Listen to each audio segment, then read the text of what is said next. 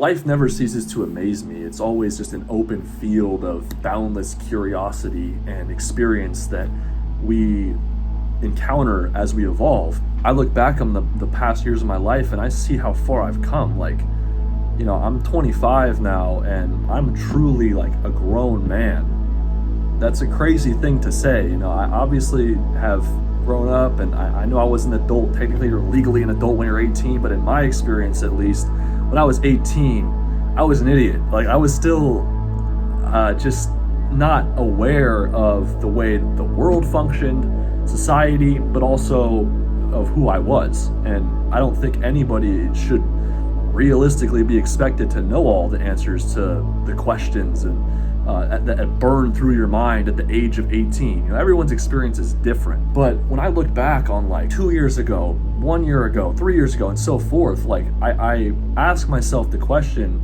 how would that version of myself see where I stand now, and how would that person be fulfilled? Throughout the last year and a half, almost 2 years, I've fallen in love in my first relationship. I've moved twice out of my parents' house.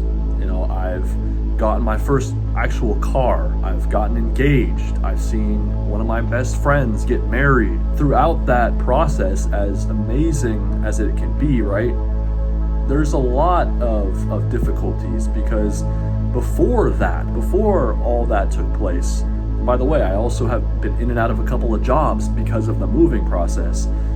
But before all of that, I didn't have any bills to pay. I didn't have like responsibilities that could compare to what I have now. It's easy sometimes to kind of get these rose-colored glasses and be like, man, I wish I could go back to when it was simple.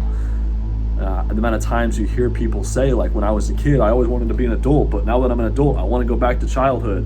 And although it is kind of relatable to some extent, I find that we always have to remain grateful above all else, no matter what transpires. Gratitude is, to me, the most essential quality to embody on a day-to-day basis. Like, not every day will we go out and be in a great mood. Will we be feeling our best and in the most ideal state of energy or being? And while there is validity to that, because things happen, we experience loss, grievance, suffering of many different varieties, there is nothing like a level of gratitude despite it all. As much as I am going through my own challenges right now, as are you, I look back on those times in which, I didn't have any bills to pay, I didn't have this, da-da-da-da-da.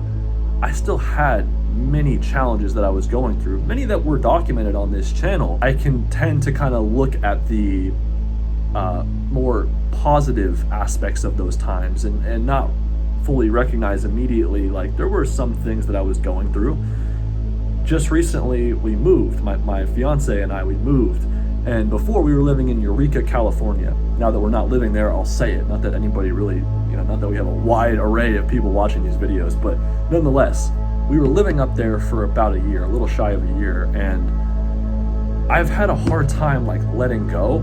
And I'm not ashamed to say that, because I don't think there's a rush for me to let go of that experience. It was a wildly unique time in my life. I was living in this place for 10 and a half months that I had never been, with the person I had met a few months prior, moved out of my parents' house and living on my own as an adult for the first time in my life. I came to find myself in Eureka. I was able to find a job, I was able to find a routine, go to the gym, I was able to find places around me that I could go to hike.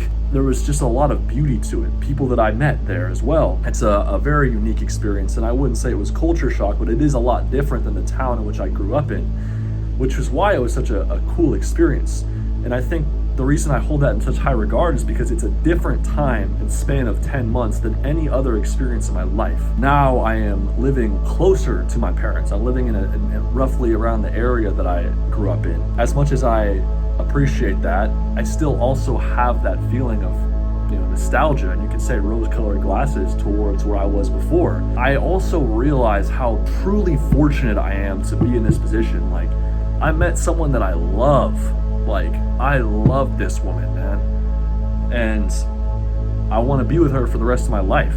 I don't want to take that for granted, even though there's some days when you live with someone that it can almost seem like that person is so commonplace that you don't need to think twice about, oh, how lucky you are to have them. They just exist every single day. It's just like getting up, getting out of bed, taking a shower. You do it every day, right? I realized, like, wow, first of all, everything happens so fast with our relationship, but at the same time, like, we're so close, and I feel like a little boy, like just that spark. She like really allowed me to wake up that child, that part of me that I feel like had almost been vacant or dormant for years. For me to be living closer to my family as well and have more instant access to just go and visit them, to go and visit my friends. I have such a very, solid, like amazing foundation of people around me.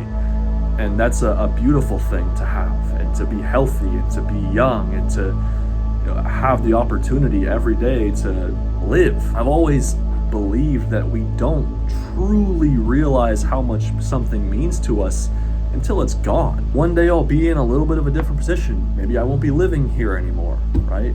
Maybe I'll have a kid someday. I'll have a new career. I'll have a new couple of friends that I've met. I don't know what will happen down the future, man. Despite all this, we shouldn't be satisfied. Gratitude is not necessarily satisfaction. It's not synonymous in my outlook, because I want to do more with my life. I want to be able to provide for a family. I want to have a career that's fulfilling and wake up every day and do things that I want to do and have that freedom. Freedom is something that I value immensely in my life. Like, I do not want to be chained down to some 9-to-5 that I despised for the next 45 years of my life. I want to be able to do the things that I want to do. So how do I make that happen, right? And those are the questions that I have to ask, and in the long run, hopefully answer. And we should always be aspiring for that.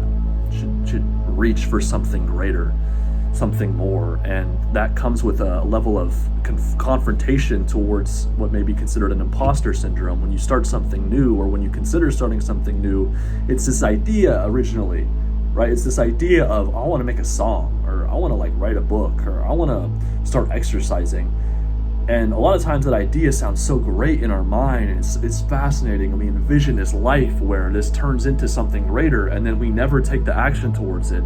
Or let's say we do, initially those feelings are like, oh, this is either a lot harder than I thought, or I have no idea what I'm doing. You have a breakdown of your ego and your identity. Right, when you start a new job, or when you, like I said, right, start writing a song, start trying to go to the gym, like for the first time in your life, you're gonna feel out of place.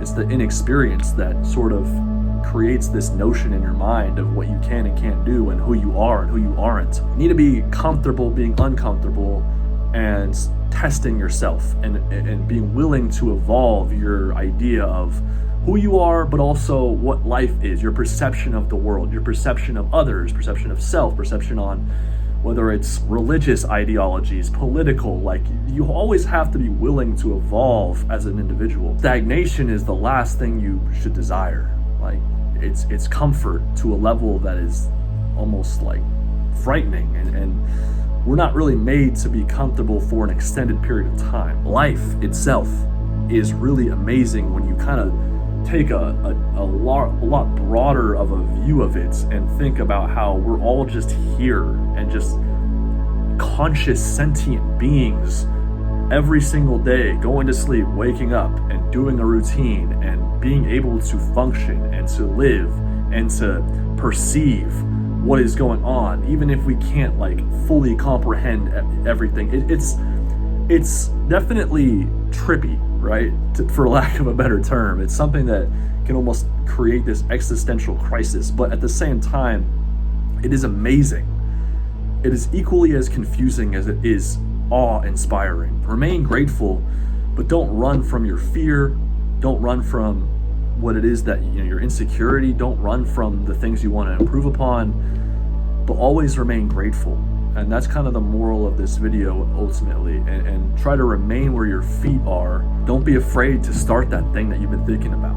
Like, is it going to be one day or day one, man? It's up to you. It's up to you. No one's going to come down and do this for you, right? No one's going to come out and pick you up off the couch and throw you in the gym, like, or get you to start writing about that book. You know, your mind isn't going to do it for you. You have to take the action. So remain grateful, but simultaneously unsatisfied. Thank you guys, as always, for tuning in. Much love. Will from Shadow Ascent. I forgot our channel name, man. That's sad. I just don't upload very much on this anymore. But regardless, thank you for tuning in.